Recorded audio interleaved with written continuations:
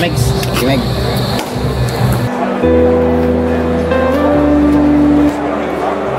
Nakakapagod. Bagsak lang ako sa exams. Masakit pa tiyan ko.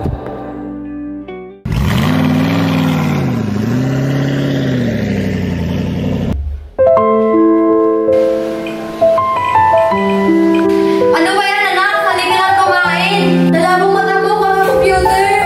Nay, tapusan ko lang dyan. Gulay? Gulay ni what? Ayokong kumain yan. Ang pait at tila walang lasa.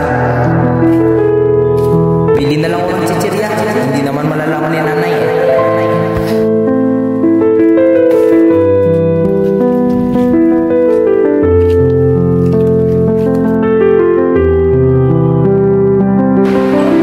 Miguel, gawin na. Matulog na.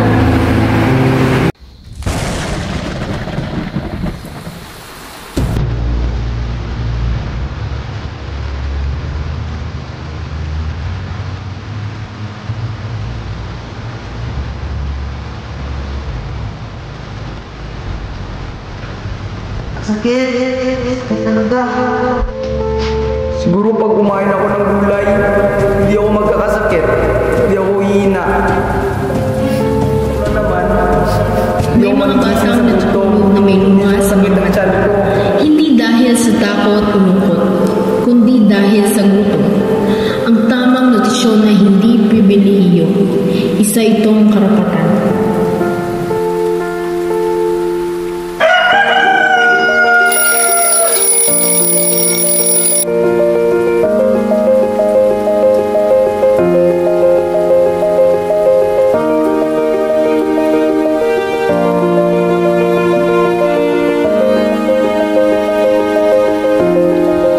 Kain na.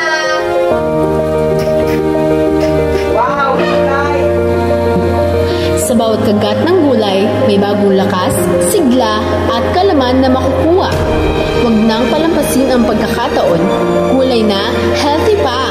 Laban sa malnutrition, kaya nating magtagumpay.